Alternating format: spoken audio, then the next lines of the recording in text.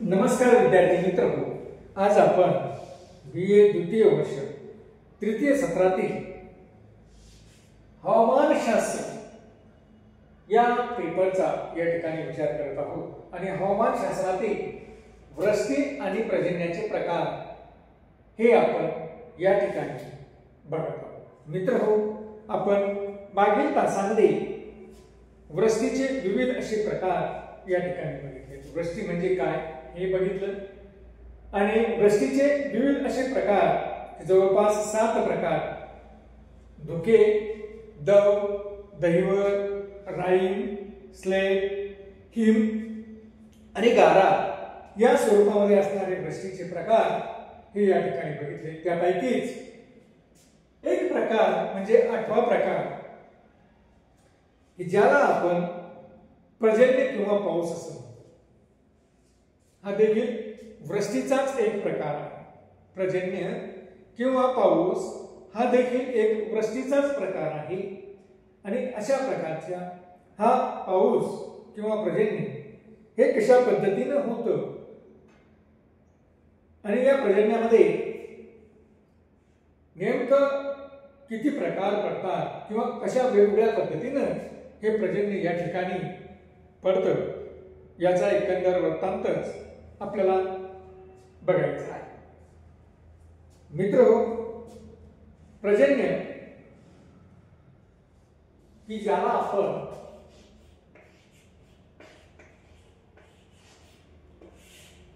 पाऊस असं म्हणतो किंवा ज्याला आपण इंग्रजीमध्ये रेनफॉल असं म्हणतो, रेनफॉल असं म्हणतो, असा हा पाऊस पर्जन्य हा कशा पद्धतीने पडतो हे आपल्याला या ठिकाणी बघायचं आहे।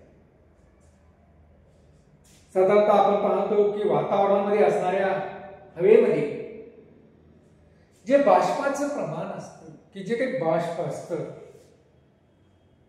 या बाष्पाचे सांद्रीभवन होतं। एका विशिष्ट तापमानावर या बाष्पाचं सांद्रीभवन होतं आणि सांद्रीभवन झालं की सूक्ष्म असे जलकण तयार होतात। साधारणतः वातावरणातील हवेमध्ये जे बाष्प असतं त्या बाष्पाचं सांद्रीभवन हे कमी तापमानामध्ये होतं। तापमान कमी असल्यास त्याचं सांद्रीभवन होतं आणि सांद्रीभवन झालं की त्यापासून जलकण तयार होतात। हे जलकण जोपर्यंत असंघटित असतात तोपर्यंत ते वातावरणामध्ये तरंगतात, कारण त्यांचा आकार अतिशय कमी असतो आणि अतिशय कमी असल्यामुळे ते वातावरणामध्ये तरंगताना आपल्याला आढळतात। परंतु ज्यावेळेस या जलकणांचं संमिलन होतं, जेव्हा हे जलकण एकत्र होऊ लागतात, संमिलन होतं, त्यावेळेस त्यापासून ढगांची निर्मिती होते। या ढगातील जो काही जलकण असतात त्यांचा व्यास जर आपण बघितला तर साधारणतः जलकणांचा व्यास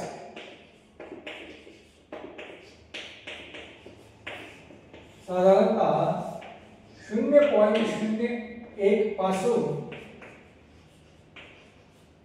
तर 0.1 मिलीमीटर पर्यंत एवढा कमी व्यास हा या ढगातील असणाऱ्या जलकणांचा असतो। ढगातील असणाऱ्या या जलकणांचा असतो की हे जलकण जर आपण बघितले सांद्रीभवनाच्या प्रक्रियेच्या माध्यमातून तापमान कमी झाल्यामुळे बाष्पाचं रूपांतर जलकणामध्ये होतं आणि हे जलकणामध्ये होणारं जे काही रूपांतर आहे त्या रूपांतरामधून जे काही जलकण तयार होतात त्यांचा व्यास 0.01 मिलीमीटर किंवा 0.1 मिलीमीटर इतका लहान असलेला आपल्याला दिसतो। ज्यावेळेस हे असंघटित असतात,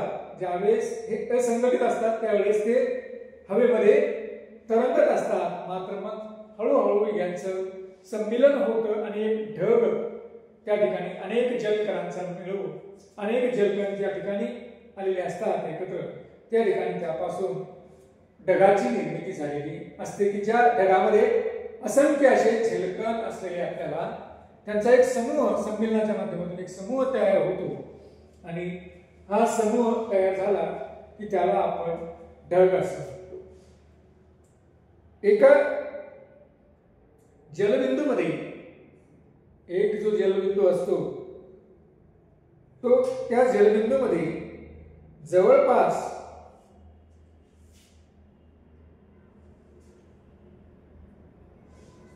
जवळपास 80 लक्ष जलबिंदू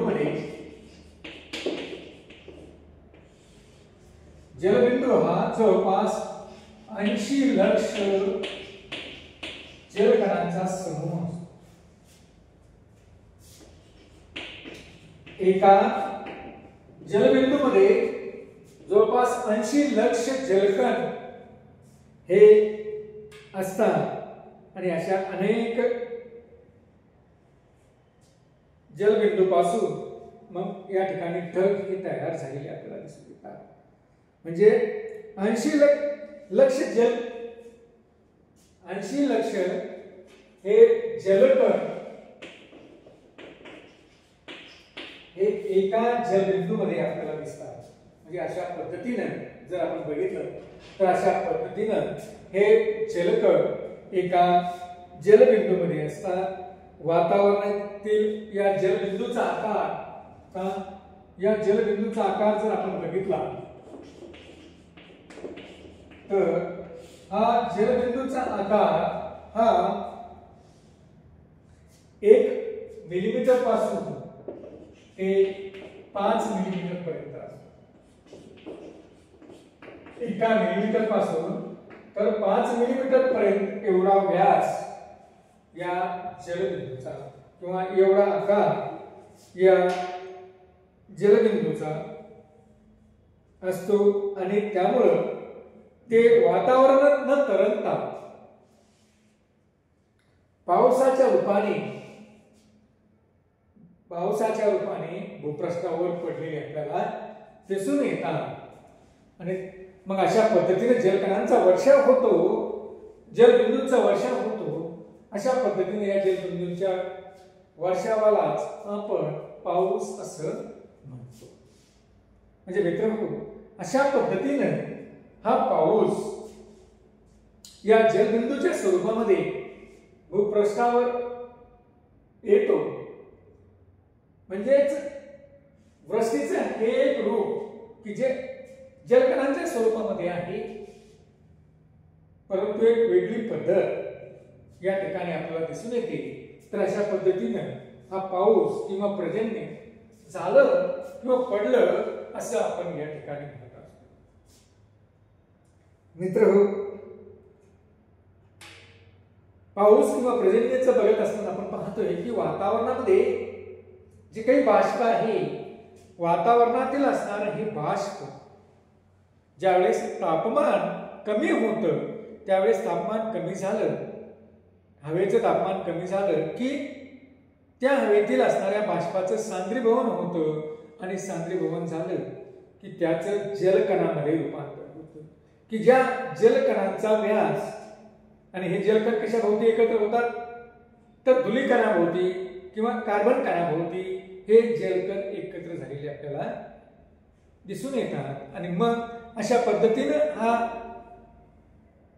धुलीकणाभोवती किंवा कार्बन कणाभोवती असणारा हा जलकण साधारणतः याचा व्यास हा 0.01 मिलीमीटर ते 0.1 मिलीमीटर पर्यंत असलेला आपल्याला दिसतो. त्यानंतर अशा पद्धतीनं हा जलकण वजनाने हलका, याचं वजन फार कमी असतं, त्याचबरोबर याचा आकार देखील खूप अतिसूक्ष्म अशा प्रकारचा असतो. त्यामुळं हे वातावरणामध्ये सहज तरंगताना दिसतात। ज्यावेळेस हे जलकण असंघटित स्वरूपामध्ये असतात त्यावेळेस वातावरणामध्ये ते सहज तरंगतात, मात्र हळूहळू हे जलकण एकत्र येऊ लागतात आणि हे जलकण एकत्र येऊ लागले, एकत्र आल्यास त्यापासून जलबिंदूची निर्मिती होऊ लागते आणि एका जलबिंदूमध्ये जवळपास 80 लक्ष एवढे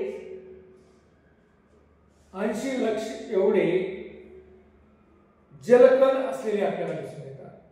80 लक्ष जवळपास, किंवा आपण असं म्हणूया की 80 लक्ष जलकण हे एका जलबिंदूमध्ये आपल्याला दिसतात आणि मग अशा या जलबिंदूंचा जो काही समूह आपल्याला ढगांच्या माध्यमातून दिसतो आणि मग या ज्या काही जलबिंदूचा एका जलबिंदूचा साधारणतः आकार किंवा व्यास जर आपण बघितला तर 1 मिलीमीटर पासून तर 5 मिलीमीटर पर्यंत त्याचा व्यास असलेला आपल्याला दिसून येतो किंवा तेवढा आकार।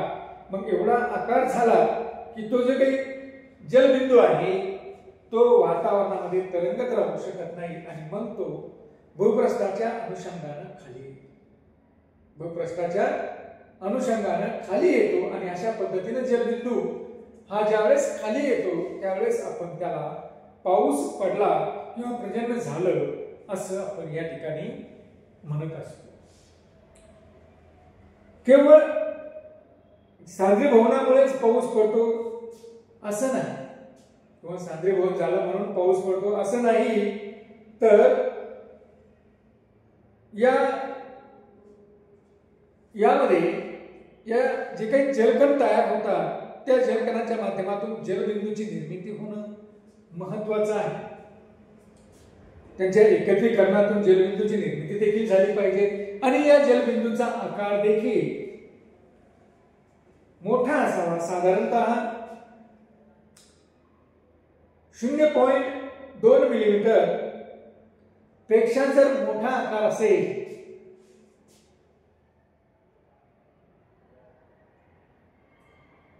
तरच तो जलबिंदू हा भूपृष्ठाकडे येऊ लागतो।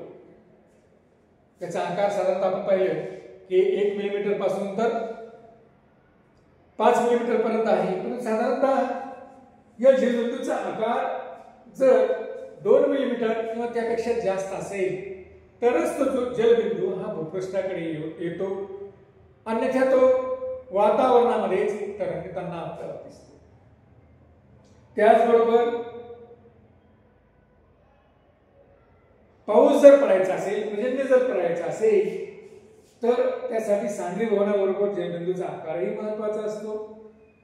त्याचबरोबर त्या हवेमध्ये बाष्पाचं प्रमाण देखील अधिक असणं गरजेचं आहे, कारण जर बाष्पाचं प्रमाण अधिक नसेल तर जलबिंदूचा आकार वाढणार नाही आणि जलबिंदूचा आकार वाढला नाही तर त्या ठिकाणी पाऊस किंवा पर्जन्य पडणार नाही। त्याचबरोबर ढगांचा या जलबिंदूच्या आणि जलकणांच्या माध्यमातून ढगांचा विस्तार देखील मोठा असावा, त्याचा आकार देखील त्या ठिकाणी मोठा झाला पाहिजे।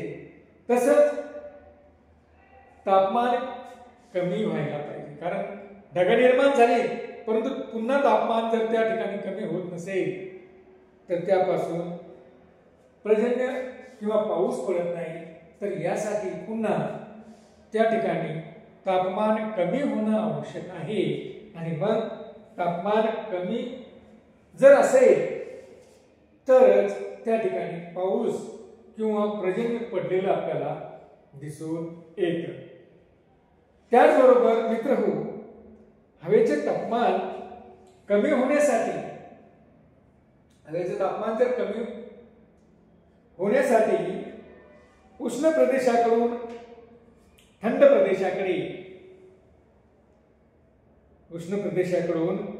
प्रदेशाकडे बाष्पयुक्त हवा ही वाहत आली पाहिजे। बघा कशा प्रकारची परिस्थिती एकंदर पाऊस पडण्यासाठी लागते आपण बऱ्याच वेळा म्हणतो की पाऊस पडतच नाही.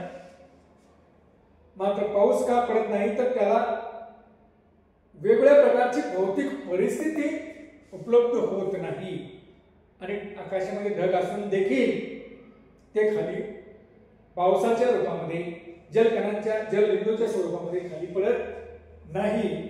मग त्यासाठी हवेचे तापमान जर कमी व्हायचे असेल तर उष्ण प्रदेशाकडून थंड प्रदेशाकडे बाष्पयुक्त अशा प्रकारची हवा वाहत आली पाहिजे किंवा थंड आणि कोरड्या वायुरेषेला बाष्पयुक्त हवा मिळावयास हवी, तरच त्या ठिकाणी पाऊस पडलेला आपल्याला दिसून येईल. तर मित्रांनो, अशा पद्धतीने पाऊस किंवा पर्जन्य ही संकल्पना या ठिकाणी आपण बघितलेली आहे. धन्यवाद.